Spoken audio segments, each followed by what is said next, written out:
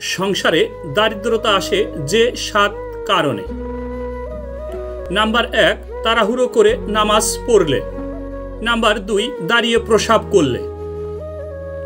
Number 3, প্রসাবের জায়গায় অজু করলে। নাম্বার 4, দাঁড়িয়ে পানি পান করলে। নাম্বার 5, ফু দিয়ে বাতি নেভালে। নাম্বার 6, দাঁত দিয়ে নখ কাটলে। নাম্বার 7, পরিধেয় বস্ত্র দ্বারা মুখ সাফ করলে।